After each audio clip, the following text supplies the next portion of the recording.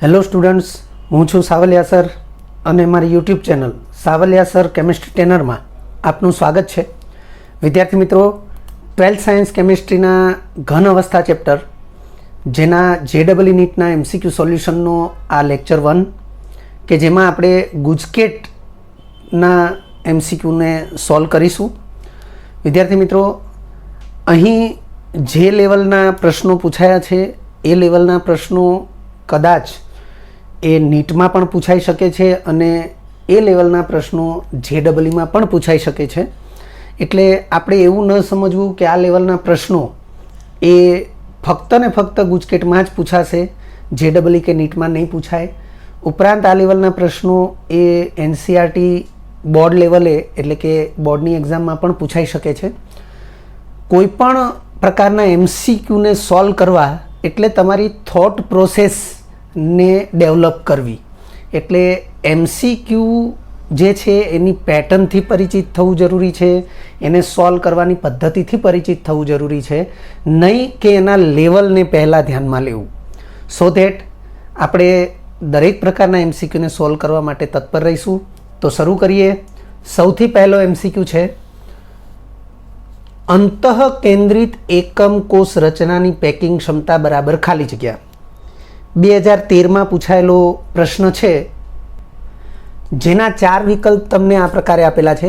પ્રથમ વિકલ્પની અંદર પેકિંગ ક્ષમતા બરાબર 8/3 πr³ ગુણ્યા 100/4/√3r અને કૌંસની બાર ઘન છે એટલે ઓલ ક્યુબ. બી છે એમાં 16/3 એ અંશમાં છે, πr³ ગુણ્યા 100/4/√3 એના કૌંસની બાર r ઘાત છે અને ચોરસ કૌંસની બાર 3 ઘાત છે.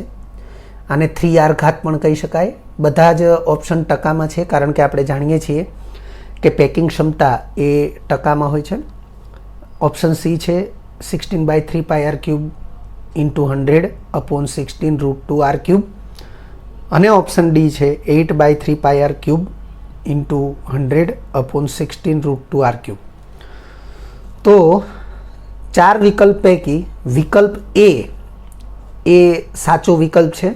આમ તો વિદ્યાર્થી મિત્રો, NCERT બોર્ડ લેવલે આપણે ચેપ્ટર દરમિયાન સાદો ઘન એકમ કોષ SCP, એવી રીતે અંતઃકેન્દ્રિત એકમ કોષ અને ફલક કેન્દ્રિત એકમ કોષ એ 3 પ્રકારના એકમ કોષો માટે પેકિંગ ક્ષમતાની ગણતરી જોયેલી જ છે. તો એના આધારે જ આપણને ખ્યાલ આવી જાય. તેમ છતાં આપણે અહીં ઉકેલ વિશે વધુ સ્પષ્ટતા આ પ્રમાણે કરેલી છે કે સૌથી પહેલાં અંતઃકેન્દ્રિત ઘન એકમ કોષ માટે ધારની લંબાઈ અને પરમાણુની ત્રિજ્યા r વચ્ચેનો સંબંધ એ આ પ્રકારનો છે. આપણને યાદ હોવો જરૂરી છે. આના આધારે પણ પ્રશ્ન પૂછાઈ શકે. તમને અંતઃકેન્દ્રિત ઘનની ધારની લંબાઈ તમને આપી દેવામાં આવે અને પરમાણુની ત્રિજ્યા શોધવાનું કહેવામાં આવે તો પણ આ સૂત્રનો જ ઉપયોગ થઈ શકે. આ લેક્ચરની અંદર જ આગળ એક આ પ્રકારનો MCQ આપણે સોલ્વ કરવાના છીએ.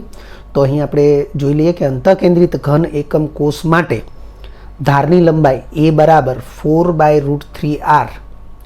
એટલે આને આપણે ધારની લંબાઈ અને પરમાણુની ત્રિજ્યા r વચ્ચેનો સંબંધ ગણીશું. ખૂબ જ મહત્ત્વનું, ધ્યાનમાં રાખવા જેવું. આગળ વધીએ. તેમજ એકમ કોષ દીઠ પરમાણુની સંખ્યા 2 હોય છે. અંતઃકેન્દ્રિત ઘન એકમ કોષ દીઠ પરમાણુની સંખ્યા 2 હોય એ વસ્તુ પણ આપણે ભણી ચૂક્યા છીએ. એ બાબતને પણ આપણે ધ્યાનમાં લઈશું.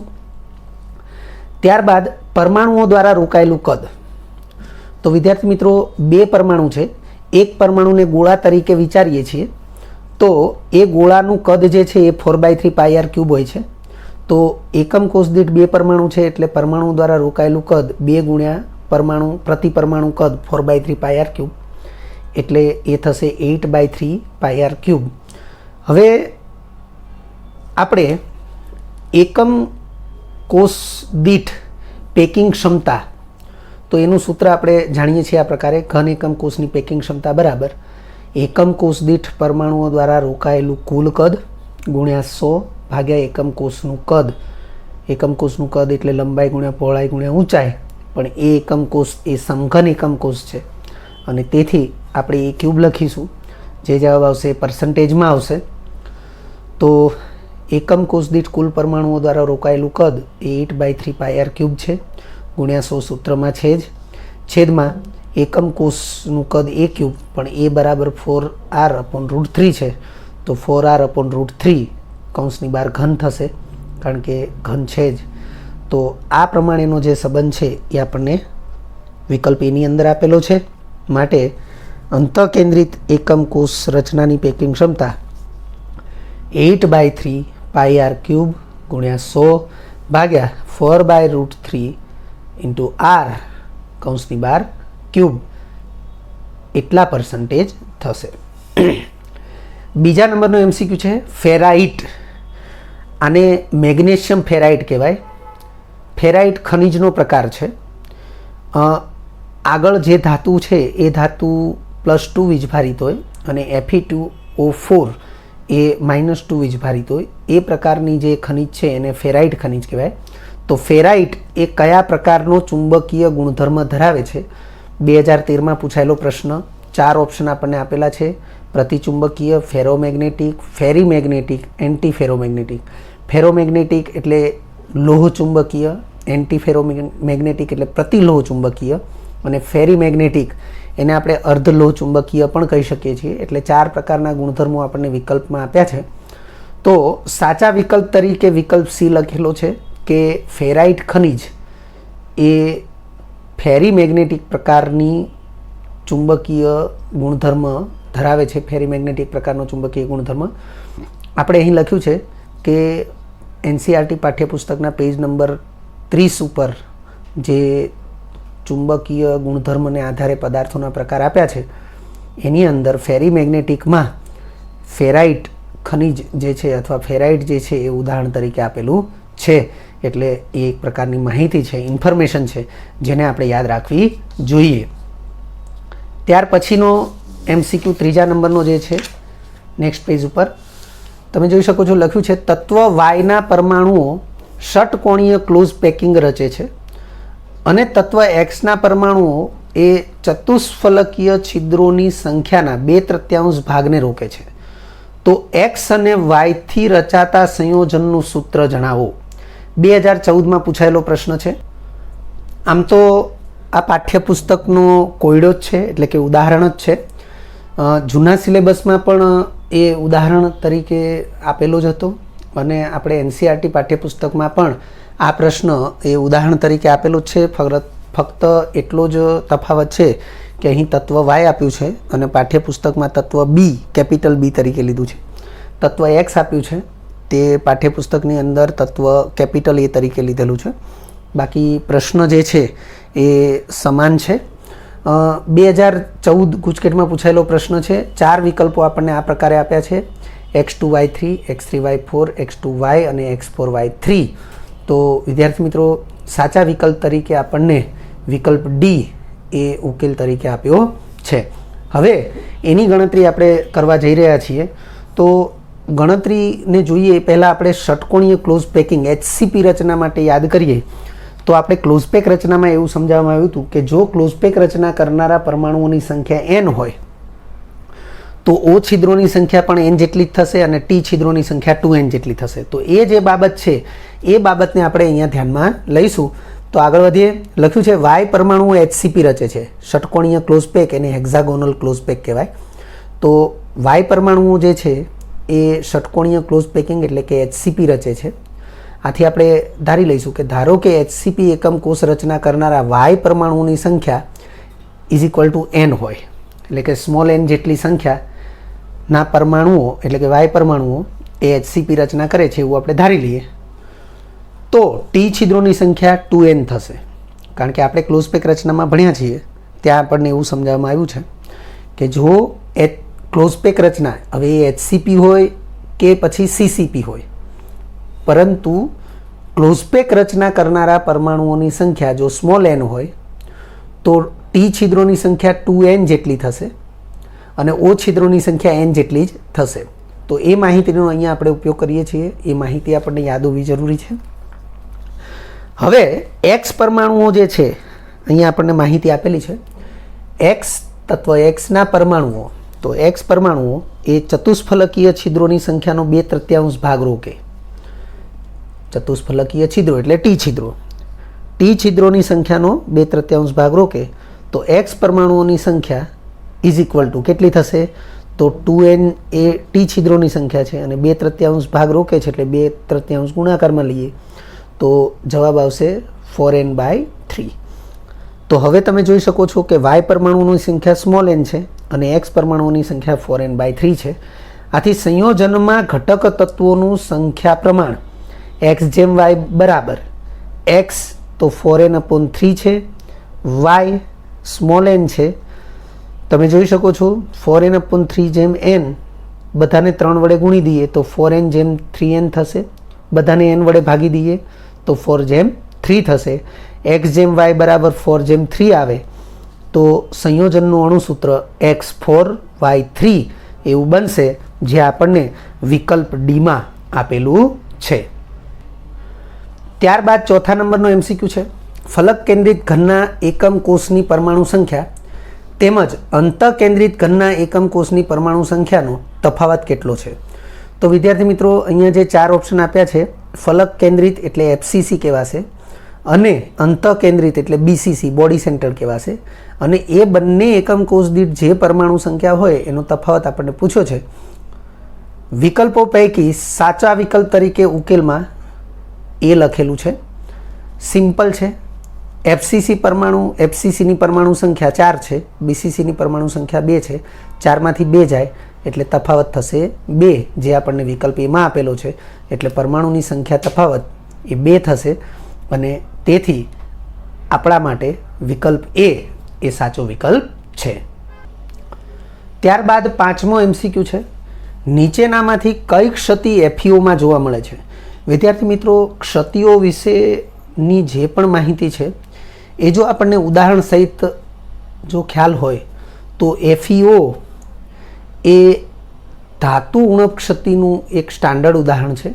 અહીંયા આપણને 4 વિકલ્પ જે આપ્યા છે એ પૈકી ધાતુ ઉણપ ક્ષતિ વિકલ્પ ડીની અંદર આપેલું છે. અન્ય વિકલ્પો જે છે એ FeOને લાગુ પડતા નથી, એટલે ઉકેલ તરીકે વિકલ્પ ડી એ સાચો વિકલ્પ છે. અહીં આપણે લખ્યું છે માહિતી છે પાઠ્યપુસ્તક NCERT પાઠ્યપુસ્તકના પેજ નંબર 26 ઉપર ધાતુ ઉણપ ક્ષતિ એના ટાઇટલ અંડર જે પણ માહિતી આપી છે એમાં FeOનો ઉદાહરણ તરીકે ઉલ્લેખ કરેલો છે.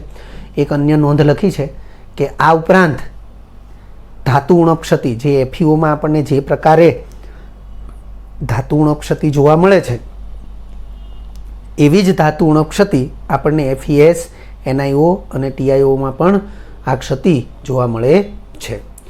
6થા નંબરનો MCQ છે, આપેલ પૈકી કયો પદાર્થ એન્ટી ફેરોમેગ્નેટિક ગુણધર્મ ધરાવે છે? પ્રતિલોહ ચુંબકીય ગુણધર્મ. 2015માં પૂછાયેલો પ્રશ્ન છે. આ પણ 2015નો પ્રશ્ન છે. તો તમને 4 પદાર્થોના નામ આપ્યા છે અથવા સૂત્ર આપ્યા છે. તો વિદ્યાર્થી મિત્રો, એન્ટી ફેરોમેગ્નેટિક આ જે માહિતી છે એ માહિતી જો તમે જાણતા હોય તો એમાં ઉદાહરણોને ખાસ ધ્યાનમાં રાખજો. તો ઉકેલ તરીકે આપણને વિકલ્પ ડી એ આપેલો છે. તો મેં અહીં લખ્યું છે માહિતી જ છે NCERT પાઠ્યપુસ્તક પેજ નંબર 30 ઉપરની. તો ઉદાહરણોને ખાસ આપણે ધ્યાનમાં રાખીશું, કયા પ્રકારના ગુણધર્મ માટે અથવા કઈ પ્રકારની ક્ષતિ માટે કયા પ્રકારનું ઉદાહરણ આપવામાં આવ્યું છે. આ બધી જ બાબતોને આપણે ખૂબ જ કાળજીપૂર્વક ધ્યાનમાં રાખીશું. 7મા નંબરનો MCQ છે, આપેલ એકમ કોષ માટે પ્રતિ એકમ કોષ પરમાણુની સંખ્યા કેટલી હશે? જો આવા પ્રશ્નો ગુજકેટમાં પૂછાતા હોય તો ખૂબ જ સહેલા પ્રશ્નો કહેવાય અને આ પ્રકારના જે પ્રશ્નો છે એ માહિતી પ્રદાન પ્રશ્નો છે, ઇન્ફોર્મેશન ઓરિએન્ટેડ છે. ભૂલો થવાની શક્યતા રહે છે, પરંતુ જો આ પ્રકારના પ્રશ્નો છે તો ભૂલ થવાની કોઈ શક્યતા ન રહેવી જોઈએ. એવી સચોટ માહિતી આપણા દિમાગમાં ફિટ હોવી જોઈએ. 2016માં પૂછાયેલો પ્રશ્ન, આપેલ એકમ કોષ માટે પ્રતિ એકમ કોષ પરમાણુની સંખ્યા કેટલી હોય? તો તમને અહીંયા જે એકમ કોષની રચના બતાવેલી છે એ એકમ કોષની રચનાને અનુરૂપ એકમ કોષ દીઠ પરમાણુ સંખ્યા એ ઓપ્શનની અંદર આપેલી છે. તો તમે ધ્યાનથી જોઈ શકો છો કે ઘનના 8 ખૂણા ઉપર તમને 8 પરમાણુ આપ્યા છે. એ ઉપરાંત ઘનની ધાર, તો ઘનની ધાર 12 હોય પરંતુ તમને આ 4 ધાર ઉપર એક એક પરમાણુ આપ્યા છે, નીચેની 4 ધાર ઉપર એક એક પરમાણુ આપ્યા છે એ ઉપરાંત આ પરમાણુ છે એ ઘનના કેન્દ્ર સ્થાને આપેલો છે, એટલે તમે જોઈ શકો છો કે પરમાણુનું સ્થાન એ ઘનમાં કઈ જગ્યાએ છે અને એને અનુરૂપ આપણે પ્રતિ એકમ કોષ દીઠ પરમાણુની સંખ્યાની ગણતરી કરવાની છે. જો કે ઉકેલ તરીકે આપણને સાચો વિકલ્પ એ બી આપેલો છે. તમે જોઈ શકો છો ઉકેલ તરીકે સાચો વિકલ્પ બી આપવામાં આવ્યો છે, એટલે કે આ એકમ કોષ દીઠ પરમાણુની સંખ્યા 4 થશે. વિદ્યાર્થી મિત્રો, અહીં તો આપણને જો તમે જોઈ શકો છો 2, 3, 4, 5 આવા જ વિકલ્પ આપ્યા છે, પરંતુ આપણને ગેરમાર્ગે દોરવા માટે અહીં 2 અંકના પણ વિકલ્પ આપી શકે છે. જેમ કે તમે અહીંયા તમે ધ્યાનથી જુઓ તો અહીંયા 8 ગોળાઓ છે અથવા 8 પરમાણુઓ તમને જોવા મળે છે. એવી રીતે નીચે પણ 8 પરમાણુ જોવા મળે છે અને વચ્ચે અહીંયા 1 પરમાણુ જોવા મળે છે. તો તમને 8 ને 8 16 ને 1 17 એવો પણ એક વિકલ્પ તમને આપી શકે છે. વિકલ્પ 4 તો આપશે જ, પરંતુ એ સિવાય 17, 1, 7 એવો પણ એક વિકલ્પ આપી શકે છે. તો ધ્યાનમાં રાખવું કે એવી રીતે ગણતરી કરી અને 17 એવો વિકલ્પ પસંદ કરી શકાય નહીં. તો આગળ વધીએ કઈ રીતે આપણે આને ગણી શકીએ છીએ.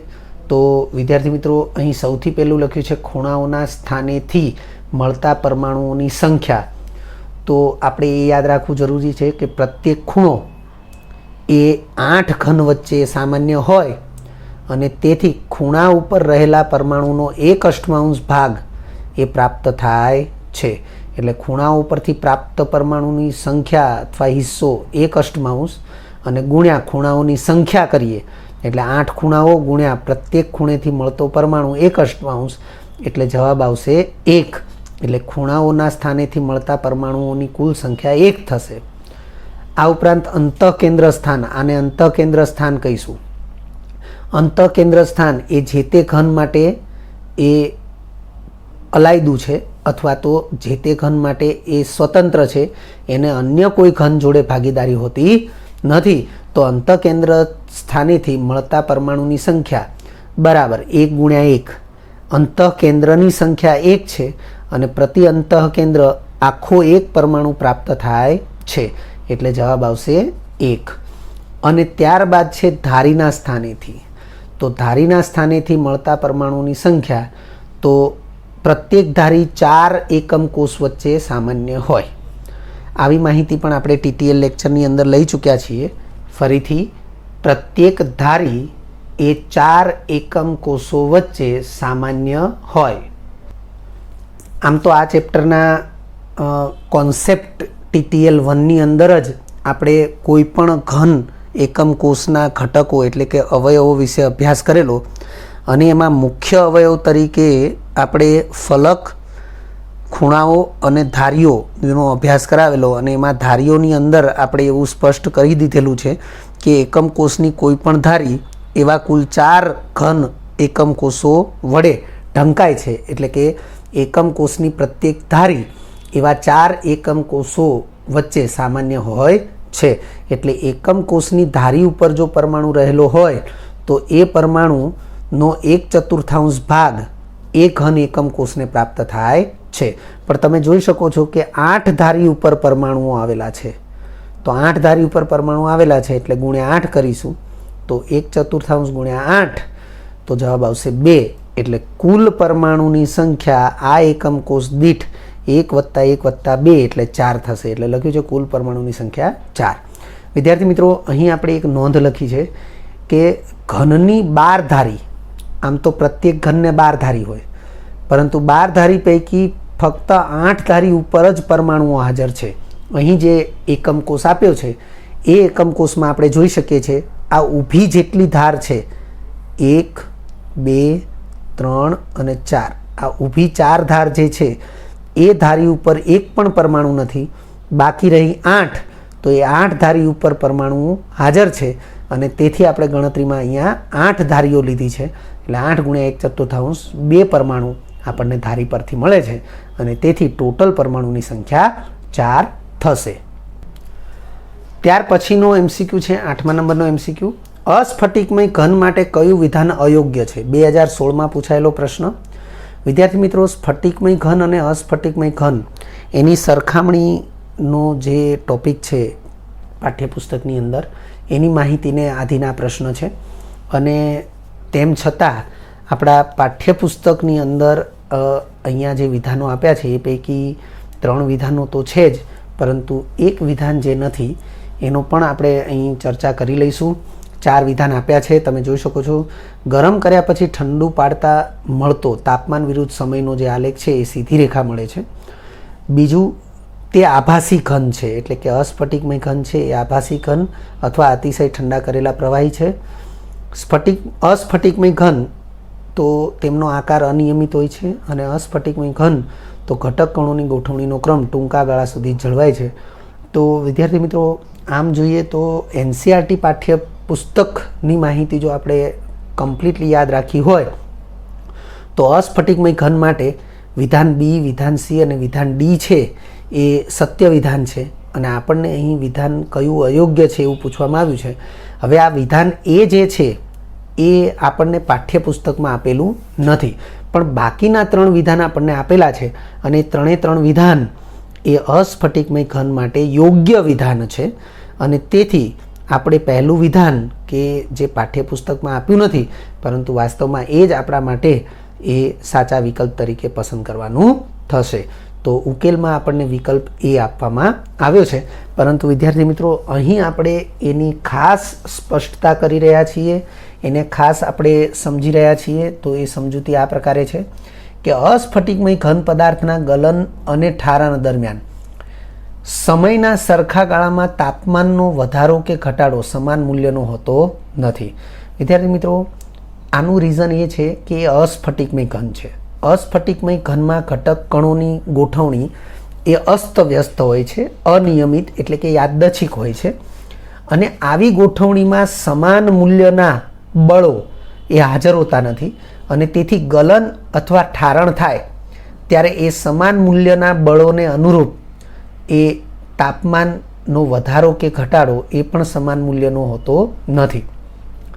કારણ કે જો સમાન આકર્ષણ સમાન મૂલ્યના નથી તો પછી એવા તાપમાનને અનુરૂપ વધારો કે ઘટાડાના જે મૂલ્યો છે એ પણ સમાન હશે નહીં, અને તેથી તાપમાન વિરુદ્ધ સમયનો જે આલેખ છે એ આપણને અચળ અથવા સીધી રેખા મળે એવું શક્ય બનશે નહીં. એટલે લખ્યું છે તેથી તાપમાન વિરુદ્ધ સમયનો આલેખ સીધી રેખા મળશે નહીં અથવા મળી શકે નહીં. 9મા નંબરે લખ્યું છે કઈ સ્ફટિક પ્રણાલીમાં દરેક ધારની લંબાઈ સમાન છે. વિદ્યાર્થી મિત્રો, 2017માં પૂછાયેલો પ્રશ્ન. પાઠ્યપુસ્તકમાં આપણને ધારીની લંબાઈ અને અક્ષીય ખૂણાઓના માપની સરખામણીને લઈ અને આપણને કોષ્ટક આપેલું છે, જેમાં મૂળભૂત 7 પ્રકારની સ્ફટિક પ્રણાલી અને એના વિચલનને લઈને પણ માહિતી આપેલી છે. તો એ બાબતનું અહીંયા આપણે ઉપયોગ કરીશું. એ બાબતનું ખૂબ મહત્ત્વ રહ્યું છે. તો તમને 4 ઉદાહરણો આપ્યા છે, 4 વિકલ્પ આપ્યા છે, અને 4 વિકલ્પ જે છે એ કોષ્ટકની અંદર ઉદાહરણો તરીકે છે અલગ અલગ પ્રકારની સ્ફટિક રચના અથવા સ્ફટિક પ્રણાલી માટે. તો અહીં પહેલો વિકલ્પ છે HgS, બીજો ZnO, ત્રીજો CaSO4 અને ચોથો BaSO4. તો ઉકેલ તરીકે સાચો વિકલ્પ એ આપ્યો છે, અને મેં અહીં લખી દીધું છે NCERT પાઠ્યપુસ્તક મુજબની માહિતી છે. પેજ નંબર 10 ઉપર એ કોષ્ટક આપેલું છે, પેજ નંબર 11 ઉપર એ કોષ્ટકનો થોડો હિસ્સો આપેલો છે. તો આપણે એ કોષ્ટકને ખાસ ધ્યાનમાં રાખીશું. આપણે અહીંયા લખ્યું છે કે HgS એ રોમ્બોહેડ્રલ પ્રકારની એટલે કે ટ્રાયગોનલ ત્રિકોણીય સમતલીય ત્રિકોણ પ્રકારની ટ્રાયગોનલ એટલે રોમ્બોહેડ્રલ પ્રકારની પ્રણાલી છે, જેની ધારની લંબાઈ સમાન A બરાબર B બરાબર C હોય છે. અહીંયા ધારની લંબાઈ સમાન છે એવો જ પ્રશ્ન છે.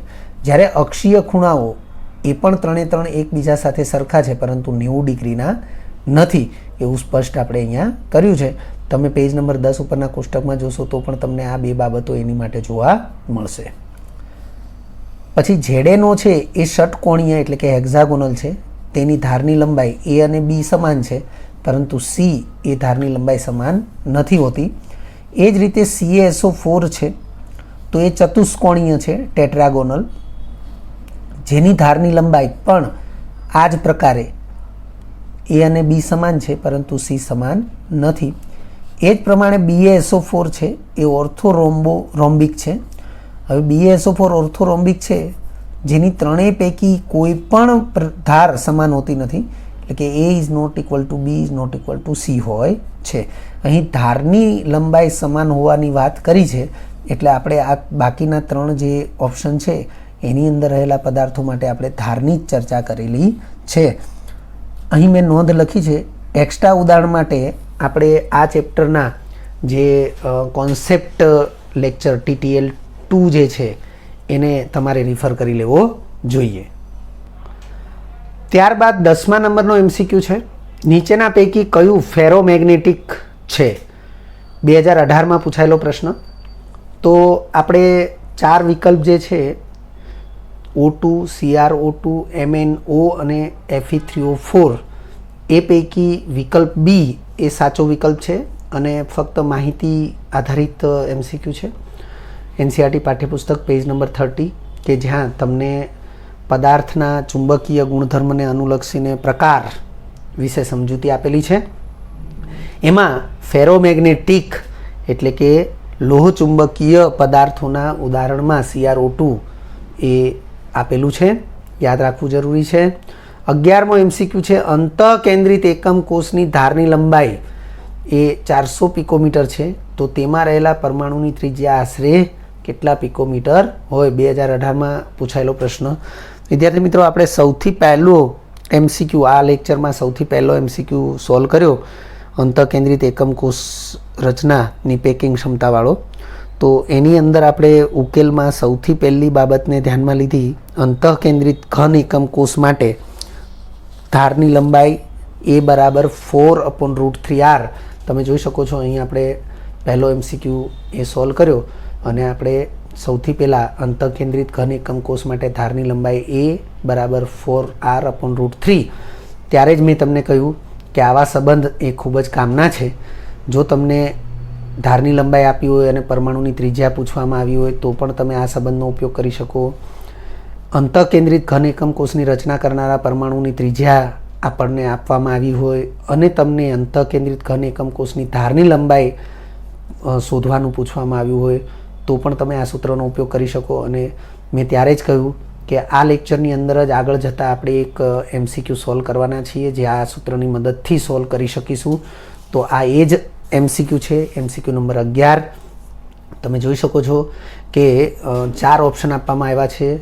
200 પિકોમીટર, 141 પિકોમીટર, 173 પિકોમીટર ને 924 પિકોમીટર.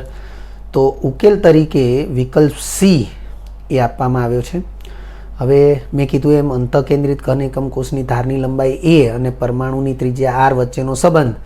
તો TTL 4માં પણ આપણે આ સંબંધ એક કોષ્ટકની અંદર દર્શાવેલો છે. આ પ્રકારના બીજા સંબંધો પણ છે જે ખૂબ જ ઉપયોગી છે, તમારે એને મોઢે કરી લેવા જોઈએ. તો A બરાબર 4r/√3 જે હમણાં આપણે જોયું એ જ સંબંધ છે આ. હવે આપણે જો એમાં આરને કરતા બનાવીએ કારણ કે આપણને પરમાણુની ત્રિજ્યા પૂછવામાં આવી છે તો લખ્યું છે માટે પરમાણુની ત્રિજ્યા R બરાબર તો √3a સાથે ગુણાકારમાં જશે અને 4 ભાગાકારમાં આવશે એટલે R is equal two √3a/4 થશે. હવે એનું મૂલ્ય 400 એ આપણે એપ્લાય કરીશું કારણ કે આપણને અહીં ધારની લંબાઈ 400 પિકોમીટર આપી છે એટલે એનું મૂલ્ય 400 પિકોમીટર અને છેદ ઉડશે 100 રહેશે. √3નું મૂલ્ય 1.73 થાય, આપણને યાદ હોવું જરૂરી છે. તો જવાબ આવશે આશરે R બરાબર 173 પિકોમીટર. હવે વિદ્યાર્થી મિત્રો 12મો MCQ છે. અંતઃકેન્દ્રિત એકમ કોષની પેકિંગ ક્ષમતા કેટલી હોય? આમ જોઈએ તો માહિતી આપણને યાદ હોવી જોઈએ કે ભાઈ અંતઃકેન્દ્રિતની વાત થઈ છે તો 68% હોય, જો ફલક કેન્દ્રિતની વાત થઈ હોય તો 74% હોય. તો એ પ્રમાણે આપણું માટે વિકલ્પ A એ સાચો વિકલ્પ થશે. મેં લખ્યું છે અહીંયા NCERT પાઠ્યપુસ્તક પેજ નંબર 21ની ગણતરી મુજબ, કારણ કે આપણા પાઠ્યપુસ્તકમાં પેજ નંબર 21 ઉપર આપણને આની પેકિંગ ક્ષમતાની ગણતરી આપેલી છે. ત્યારબાદ છે 13મો MCQ. નીચેના પૈકી કયા એકમમાં શોટકી અને ફ્રેન્કલ એમ બંને ક્ષતિઓ જોવા મળે છે? 2019માં પૂછાયેલો MCQ છે. વિદ્યાર્થી મિત્રો, આ પણ એક સ્પેશિયલ વિધાન એ ફ્રેન્કલ ક્ષતિ અને સુટકી ક્ષતિ પૂર્ણ થાય ત્યાં પાઠ્યપુસ્તકમાં એ વિધાનને લખેલું છે. તો એજીઆઈ, એજીસીએલ, એજીબીઆર અને કેસીએલ, તો એજીબીઆર એ ફ્રેન્કલ અને સુટકી એમ બંને પ્રકારની ક્ષતિ ધરાવે છે એવું સ્પષ્ટ વિધાન એ પાઠ્યપુસ્તકમાં લખેલું છે.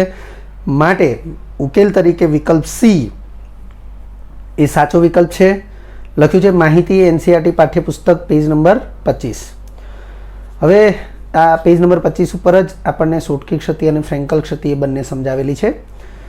હવે એ સિવાયના જે 3 જે ક્ષાર આપ્યા છે અથવા તો આયનીય ઘન આપ્યા છે એના માટે પણ આપણે અહીં લખેલું છે કે એજીઆઈ અને એજીસીએલ છે એમાં ફક્ત ને ફક્ત ફ્રેન્કલ ક્ષતિ જોવા મળે છે. એટલે આ બંને પૈકીની વાત છે. એજીઆઈ અને એજીસીએલ એમાં આ બંને પૈકી ફક્ત ફ્રેન્કલ ક્ષતિ જોવા મળે છે, જ્યારે કેસીએલ છે એમાં બંને પૈકી ફક્ત આપણને સુટકી ક્ષતિ જોવા મળે છે.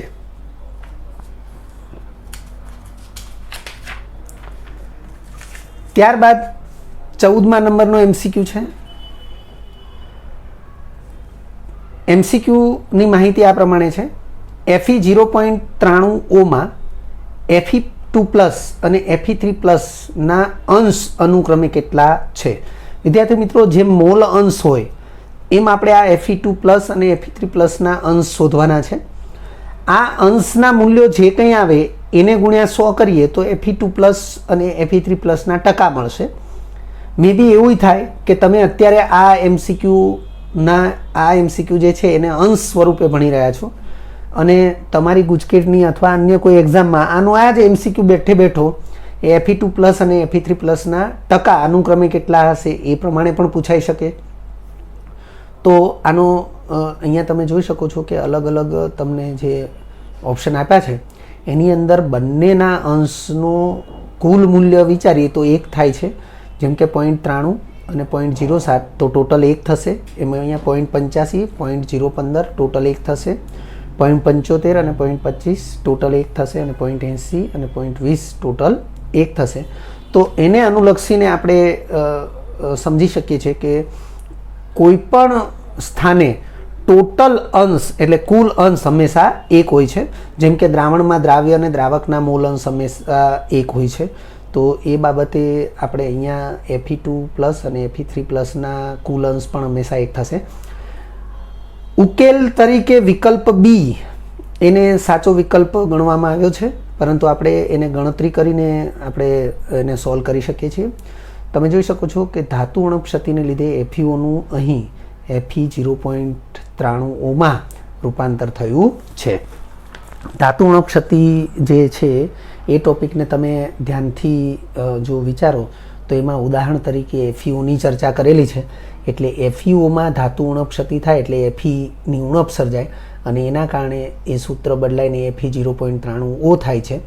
તો આપણે જે Fe 0.93O જે છે એને Fe93 અને O100 એવી રીતે પણ લખી શકીએ. વાસ્તવમાં FeO હોય તો Fe100 O100 એવું થાય, પરંતુ હવે Fe ઓછા થયા તો જોઈએ અહીંયા 7 Fe ઓછા થાય છે. તો 7 Feની ઉણપ છે એટલે 7ના બમણા એટલે કે 14 Fe+3 હોય. આ વિધાન જે છે એ વિધાન આપણે TTL 6માં સમજાવેલું જ છે. તો એ બાબતને તમે ખાસ ધ્યાનમાં લેજો, ખાસ ધ્યાનમાં રાખજો. અને બાકીના 93 - 14 એટલે કે 79 Fe2+ એ હાજર હોય છે. એટલે ટોટલ 93 Fe રહ્યા છે. એમાં જેટલા Fe ઓછા થયા છે, મતલબ કે 100 હતા 7 Fe ઓછા થયા, તો જેટલા Fe ઓછા થયા હોય એના બમણા એટલે કે 14 Fe3+ હોય અને 93માંથી 14 બાદ કરો અને વધ્યા એટલા Fe2+ હોય.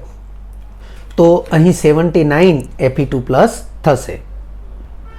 આપણે TTL 8ની અંદર જુદા જુદા પ્રકારની જે ક્ષતિ છે એ પૈકી આપણે ધાતુ ઉણપ ક્ષતિને સમજાવી ત્યારે ઉદાહરણ સહિત આપણે એ બાબતની સ્પષ્ટતા કરેલી છે અને એમાં આપણે એવું સ્પષ્ટ વિધાન લખેલું પણ છે અને યાદ રાખવાનું પણ કહ્યું છે કે જેટલા +2 વીજભારિત આયનો ઓછા થાય એનાથી બમણા એટલે 2 વડે ગુણાય એટલા +3 વીજભારિત ધાતુ આયનો એ સ્ફટિકમાં હાજર થશે. અહીંયા Fe છે એ ધાતુ પરમાણુ છે અને એ +2 આયન તરીકે હતો, પણ હવે જેટલા ઓછા થયા એનાથી બમણા, તો 7 Fe ઓછા થયા છે એનાથી બમણા એટલે 14 Fe+3 એ ધાતુ સ્ફટિકની અંદર હાજર હોય તો Fe2+ નો અંશ બરાબર Fe+2ની સંખ્યા 79 અને છેદમાં કુલ Feની સંખ્યા, તો કુલ Feની સંખ્યા છે 93, તો 79/93 તો જવાબ આવશે 0.85.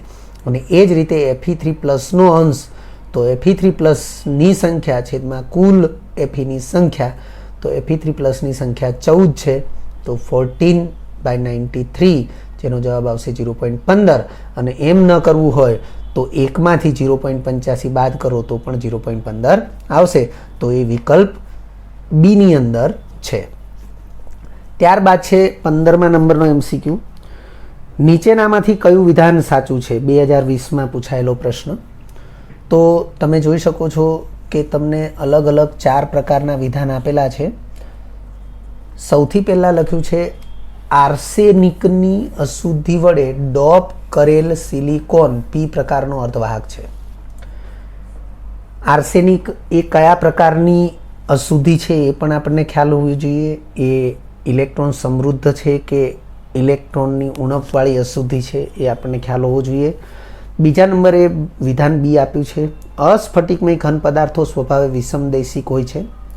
વિધાન સી આપ્યું છે રોમ્બિક સલ્ફરના એકમ કોષમાં અક્ષીય અંતર અલગ અલગ હોય છે અને પ્રત્યેક અક્ષીય ખૂણાના માપ 90 ડિગ્રી હોય છે.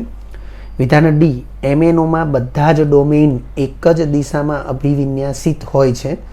આપણે સાચું વિધાન પસંદ કરવાનું છે. તો અહીં 4 વિકલ્પ આપ્યા છે, જે પૈકી 3 વિધાન ખોટા છે, એક વિધાન એ સાચું છે. તો ઉકેલ તરીકે વિકલ્પ સી માં જે વિધાન લખ્યું છે એ સાચું વિધાન છે. અને માહિતી છે NCERT પાઠ્યપુસ્તક પેજ નંબર 10 ઉપર જે કોષ્ટક છે એ કોષ્ટકના આધારે આ વિધાન સાચું છે. અને કેમ સાચું છે તો આપણે અહીંયા લખ્યું છે કારણ કે રોમ્બિક સલ્ફર જે છે એ ઓર્થોરોમ્બિક પ્રકારના એકમ કોષનું ઉદાહરણ છે. ફરીથી રોમ્બિક સલ્ફર એ ઓર્થોરોમ્બિક પ્રકારનો એકમ કોષનું ઉદાહરણ છે. અને ઓર્થોરોમ્બિક માટે A બરાબર A is not equal to B is not equal to C છે ઓર્થોરોમ્બિક માટે. તેમજ અક્ષીય ખૂણાઓ જે છે alpha is equal to beta is equal to gamma છે અને એ 3 90 ડિગ્રીના છે. તો આ જે બાબતની ચર્ચા છે એ ચર્ચાને અનુરૂપ આપણે ઉદાહરણો સાથે જો એ કોષ્ટક યાદ રાખ્યું હોય પેજ પાઠ્યપુસ્તકના પેજ નંબર 10 અને પેજ નંબર 11 ઉપર એનો થોડો હિસ્સો આપેલો છે. અને આપણા કોન્સેપ્ટ TTL2 એની અંદર પણ આપણે એ દર્શાવેલું છે. તમારે TTL2ને પણ રિવાઇઝ કરી લેવું જોઈએ. તો એ પ્રમાણે 3 અક્ષીય અંતર જુદા જુદા છે, પરંતુ 3 અક્ષીય ખૂણાઓ છે એ સમાન છે અને 90 ડિગ્રીના છે. તો એવું ઓર્થોરોમ્બિકમાં છે. તો આપણને અહીંયા વિધાન આપ્યું છે રોમ્બિક સલ્ફરના એકમ કોષમાં અક્ષીય અંતર અલગ અલગ હોય છે, તો અલગ અલગ છે અને અક્ષીય ખૂણાઓના માપ 90 ડિગ્રી એટલે કે સમાન છે. વિદ્યાર્થી મિત્રો, આપણે TTL2ની અંદર આ પ્રકારના એક સ્પેશિયલ ઉદાહરણ તરીકે દિવાસળીની પેટી એટલે મેચબોક્સ, માચીસ જેને કહેવાય, એને પણ આપણે સમજાવેલું છે. માચીસ જે છે એની 3 ધારની લંબાઈ જુદી જુદી હોય, પરંતુ અક્ષીય ખૂણાઓ જે છે 3 90 ડિગ્રીના હોય છે. પછી અહીંયા વિધાન A, વિધાન B અને વિધાન D માટે પણ મેં સ્પષ્ટતા કરેલી છે, તમે જોઈ શકો છો. વિધાન A માટે લખ્યું છે આર્સેનિક એ ઇલેક્ટ્રોન સમૃદ્ધ તત્વ છે. હવે ઇલેક્ટ્રોન સમૃદ્ધ તત્વ હોય તો સિલિકોનની સંયોજકતા 4 હોય, એની સામે આર્સેનિકમાં 4 કરતાં વધારે સંયોજકતા ઇલેક્ટ્રોન હોય અને તેથી ઇલેક્ટ્રોન વધારાના હોવાથી N પ્રકાર, કારણ કે ઇલેક્ટ્રોનનો વીજભાર ઋણ છે એટલે N પ્રકારના અર્ધવાહકો બનશે. એટલે લખ્યું છે આર્સેનિક એ ઇલેક્ટ્રોન સમૃદ્ધ તત્વ છે. તેથી જો આર્સેનિકની અશુદ્ધિ વડે ડોપિંગ કરવામાં આવે તો સિલિકોન એ N પ્રકારનો બને. વિધાન બી અસ્ફટિકમય ઘન પદાર્થો સ્વભાવે સમદૈશિક હોય છે. બરાબર, આની પણ સ્પષ્ટતા એ પાઠ્યપુસ્તકમાં થયેલી છે. તમને પાઠ્યપુસ્તકની અંદર સ્ફટિકમય ઘન અને અસ્ફટિકમય ઘન એ બંને માટે વિસ્તૃત માહિતી આપેલી છે અને એક કોષ્ટકમાં તમને એ બંનેની સરખામણી પણ કરીને આપેલી છે. પાઠ્યપુસ્તકમાં પેજ નંબર 3 એના ઉપર એનો થોડોક હિસ્સો આપેલો છે અને પેજ નંબર 4 ઉપર એનો બીજો હિસ્સો આપેલો છે. અને પેજ નંબર 4 ઉપર જે બીજો હિસ્સો આપેલો છે ત્યાં આ વિધાન સ્પષ્ટ કરેલું છે કે અસ્ફટિકમય ઘન પદાર્થો સ્વભાવે સમદેશિક હોય છે. એ ઉપરાંત વિધાન ડી, તો MnO જે છે એ બધા જ ડોમેન એક જ દિશામાં અભિવિન્યાસિત થયેલા હોય છે એવું આપ્યું છે. વાસ્તવમાં MnO છે એ પ્રતિલોહ ચુંબકીય છે અને પ્રતિલોહ ચુંબકીય માટે જે ડોમેન છે એની ગોઠવણી આ પ્રકારની હોતી નથી. પ્રતિલોહ ચુંબકીય જે છે એમાં ડોમેન એકબીજાથી વિરુદ્ધ દિશામાં 1:1 પ્રમાણથી, એટલે કે અડધા ડોમેન કોઈ એક ચોક્કસ દિશામાં અને અડધા ડોમેન એ બાકીના એનાથી વિરુદ્ધ દિશામાં એમ અભિવિન્યાસિત થયેલા હોય છે. આ માહિતી પણ આપણને પાઠ્યપુસ્તકમાં ચુંબકીય ગુણધર્મોને અનુરૂપ જે પ્રકારો આપેલા છે અને એમાં પ્રતિચુંબકીય એટલે કે પ્રતિલોહ ચુંબકીય એટલે કે એન્ટી ફેરોમેગ્નેટિક પ્રકારના જે આપ્યા છે પેજ નંબર 30 ઉપર એની ચર્ચા છે અને એમાં MnO એ ઉદાહરણ તરીકે લઈને જ ચર્ચા કરેલી છે, તો એ પણ તમે જોઈ શકો છો. તો એને અનુલક્ષીને વિકલ્પ ડી, વિકલ્પ એ અને વિકલ્પ બી આ 3 વિકલ્પ જે છે એ ખોટા છે અને ફક્ત વિકલ્પ સી એ જ સાચો વિકલ્પ છે. વિદ્યાર્થી મિત્રો, જો તમને આ વિડીયો લેક્ચર ગમ્યો હોય તો લાઇક આપજો, શેર કરજો અને સબસ્ક્રાઈબ પણ કરજો. અગાઉના લેક્ચરનું રિવિઝન અને પાઠ્યપુસ્તકનું વાંચન કરતા રહેજો. આ લેક્ચર અંગે કોઈ પણ ડિફિકલ્ટી હોય તો મને વોટ્સઅપ કરી શકાય. આભાર. ફરી મળીશું નવા વિડીયો લેક્ચરમાં.